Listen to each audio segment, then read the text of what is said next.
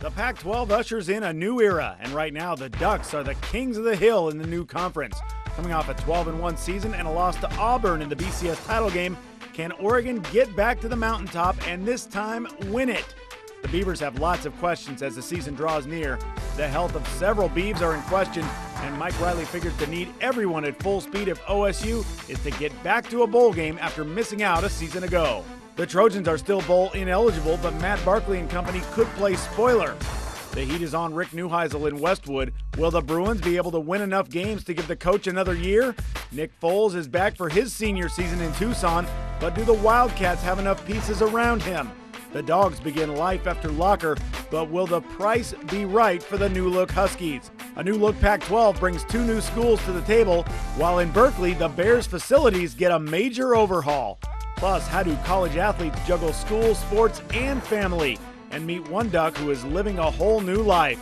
College football is just days away, but this preseason edition of Inside the Pac starts right now.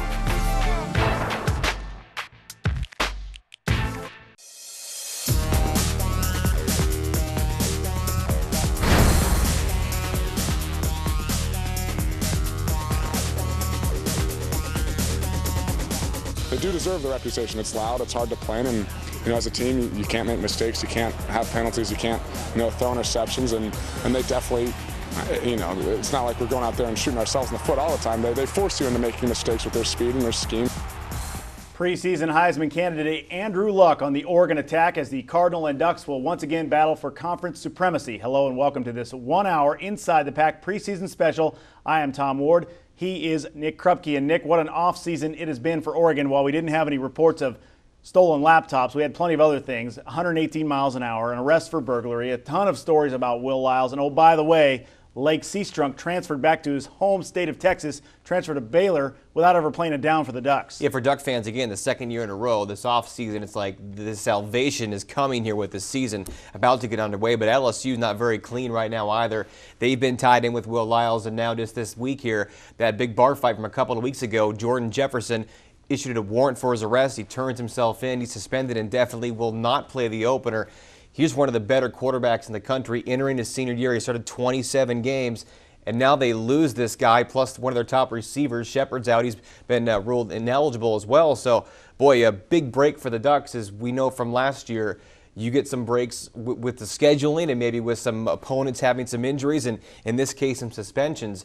This really opens things up to start things off great for them with the game of the year. It certainly does, and you got to think now that if they get past this game, which now with Jefferson and Shepard out and all the problems at LSU, they might have a better shot at winning it down there in what figures to be hostile territory. Yeah. But now if they win that game against fourth-ranked LSU on paper with all the computers and the BCS rankings and everything like that, really sets them up good for a good run into the season. And we're going to talk more about that matchup as this show goes along. We got plenty on Oregon State as well and the rest of the Pac-10, but let's get things moving here in Oregon. Pac-12. Pac-12. Say we did it already. Oh, yeah. Oregon came up just 3 points shy in the BCS National Championship game a year ago. That disappointment from that loss to Auburn is serving as motivation for the 2011 Ducks. As Dirk Weishar reports, while the team is younger than last year, expectations are still as high as ever.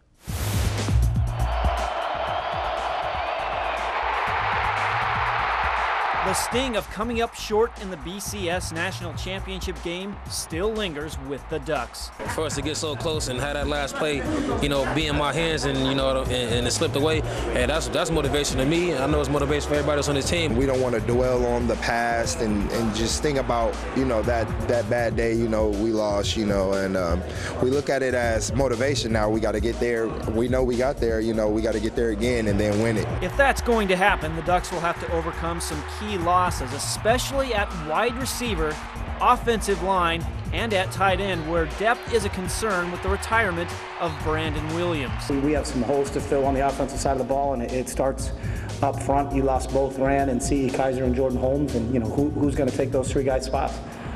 That's what camp is about. Who's going to replace Jeff Mail and Drew Davis out wide? The backfield is loaded with Darren Thomas at quarterback, who, despite some questionable off-the-field decisions, is the unquestioned leader of the team. Always calm, cool, and collected. Takes control, gets us going, and that's what you want out of your quarterback. LaMichael James and Kenyon Barner lead a deep and talented core of tailbacks. Touchdown, Oregon! Defensively, the Ducks lost 5 of their starting front 7, but Oregon played over 20 guys on defense last year, and that experience should pay dividends. We were able to learn a lot from them guys because they've been here for so long. I feel like it's a big loss, but we have a lot of guys that's ready to step up. We lost a lot, but, we gained a lot also from, we're fast, we're a young team, so I'm really looking forward to the season. Even without the indefinitely suspended Cliff Harris, the secondary is solid with John Boyette at safety and Eddie Pleasant at Rover. I think we got a lot of guys that can play, and there's no reason why the secondary can't be the best secondary in the nation. Oregon may be at its best on special teams where both kickers return, both snappers are back, and a stable of kick returners are competing for playing time. We've always rotated a couple guys deep, whether it's on punt return or kick return, and we like to have some depth out there. We don't want to just have one guy out there. Oregon will be tested right away when the 3rd-ranked Ducks play 4th-ranked LSU at the Cowboys Classic in Arlington, Texas on September 3rd. Reporting for Inside the Pac, I'm Dirk Weishar. Thanks a lot, Dirk. So can the Ducks reproduce the numbers they put up from the past couple of years? In 2010, Oregon led the nation in total offense with 530 yards per game, 286 of that coming on the ground. Yeah, and on defense, the Ducks forced a lot of turnovers, 37 last year. That was 2nd in the nation. Their pass efficiency defense ranked 7th, but a lot of big questions still kind of hang around the program, certainly with the NCAA still sniffing around at Will Lyles. Definitely most Duck fans waiting for that proverbial other shoe to drop, wondering if Oregon will get some major sanctions. The list of programs now that are under investigation by the NCAA lately related to street agents or recruiting violations just continues to grow. It's almost become an epidemic in college athletics. And when your Oregon's had this 10, 15-year plan to build to get to this point in time to where you're a perennial top 5, top 15 team, not as a top 25 anymore, these things do happen. If you want to play this kind of big league ball, it's a downfall of the NCAA, but it is something that we've seen before and probably we'll continue to see until there's some big-time legislation to change things. No question. LSU's had their problems. Oregon's had their problems. We mentioned the 118 miles an hour at the top of the show, and Cliff Harris telling the officer, we smoked all the marijuana. So Oregon will be without Cliff Harris in the opener against LSU, well as Kiko Alonso. We'll have to see how long Harris is out.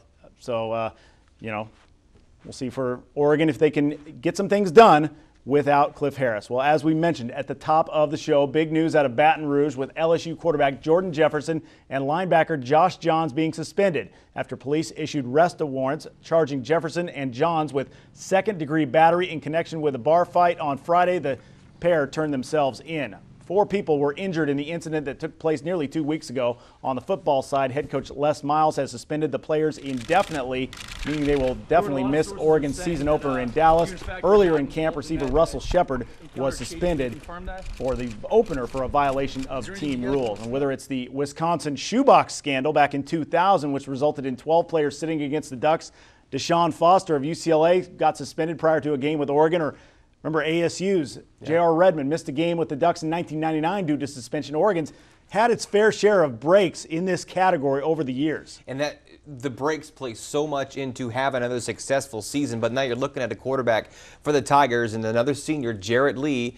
He's not quite the difference maker maybe that Jefferson would be, but he's a guy who's played, started in 8 games that freshman year, named SEC Freshman of the Year. He had to lead a 4th quarter comeback against Florida of all teams back in 2010. Got a lot of playing time last year, but again, he is the backup for a reason, but a guy that's been around, as we know, seniors are so important. Yeah, he's a senior. Jefferson won 20 of 27 games that he started, so there's obviously no substitute for that, but if you had to have a backup, it would be Lee, and we'll have more on that as this show goes along. Yes, for LSU and the Ducks, it's been different issues. For the Beavers this camp, it's certainly been an issue with some injuries. After missing out on a bowl game for the first time in 5 years and just the 2nd time in the 2nd stint of Mike Riley's helm here, the Beavers had a hard time finishing games and never found that late season magic that helped push them over the hump in years past. Now with just a plethora of injuries and one of their all-time greats off in the NFL, the Beavs need to find a new way of things in 2011.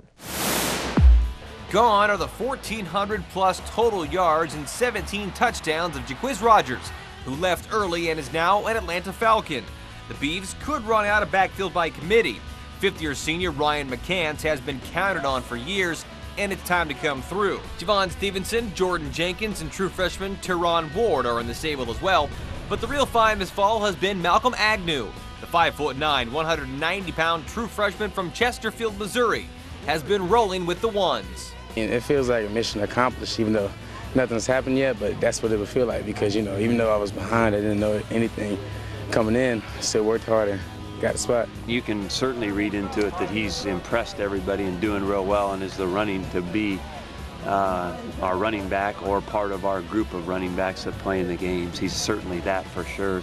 In addition to Agnew, the other new offensive threat is Stockton, California freshman Brandon Cooks, the wideout who by all accounts could be a big part of the Beavers' future. He's poised. I mean, this is not overwhelming to him. He's a polished route runner coming in.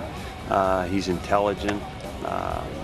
He gets it. A little nervous about it because I don't think anyone wants a red shirt. I love football, but as I got here and got in the program, I started to see I can make an impact early. Don't forget about the big play threat of Marcus Wheaton or Obum Watcham. The Beavers will have to watch him and wait now at least a week into the season before the return of Quiz's big brother. James was done in week 5 after this brutal blowout of his left knee in Arizona. 2 surgeries and a medical redshirt later, he will be back for a 5th year. Right now I'm just trying to get the technique and get back to the details and things, and once coach feels I'm ready and my receiver coach feels I'm ready, and that's when I'll be ready to go. James isn't the only Beaver trying to shake an off-season surgery. Ryan Katz had the bad wrist, Joe Halahouni's shoulder, and Jordan Bishop's ankle, just to name a few who missed all of spring ball. Now with the full camp surgeries to senior defensive starters Brandon Harden and Kevin Fromm, the Beavs need a bye week before the season even starts. I just lay in bed at night and wish they could all be healthy at one time. So coming back, once they are all healthy, the Beavers will have 9 starters on defense, or on offense, should say, just 5 on D. That's tied with Stanford for the lowest number of returners in the Pac-12, but there are plenty of categories to improve on, though, from a year ago. 9th in the league for total offense, 8th for total defense, which at times could not get off the field. Last place on 3rd down D as the opponent converted more than 46% of the time, and that rather young O-line allowed 35 sacks, which was 9th in the Pac-10 a year ago. Now the Pac-12. Unlikely James will play until week 2 of Wisconsin. They'll need him back there at Camp Randall. Joe Halahouni may be back after the bye week with UCLA at the end of the month. And could we be seeing the time from Kevin Fromm that we saw last year? I mean, at the end of last season, he was really picking up the pace. And you look with no more Stephen Paye, you need somebody on that defensive line, but Fromm, the shooting to get back there for the game at Madison. Can Ryan Katz really make that next step to carry this team here? How explosive will James be when he's coming off of that? Kind of guy like Marcus Wheaton we've been waiting for. We've seen some great things, and he'd be a constant and big threat. And again, how do you replace those numbers from a guy like Paye? Quiz and Paye, 2 of their all-time great players, now just gone playmakers on a team that had some struggles last year. Yeah, and I think the big glaring thing that sort of shines out when you look at this team is that Mike Riley doesn't have enough playmakers right now. He's got guys that look like they maybe could make some plays. I mean, we're talking about Agnew and Brandon Cooks and those guys. Maybe they could be the next generation of playmakers for Oregon State. Well, the new look Pac-12 brings 2 new teams to the table in Colorado and Utah. Both are members of the South Division of the conference. Still to come on Inside the Pac. More teams means more mileage on our preseason Pac-12 road trip as we go around the conference. I like the leadership on this football team.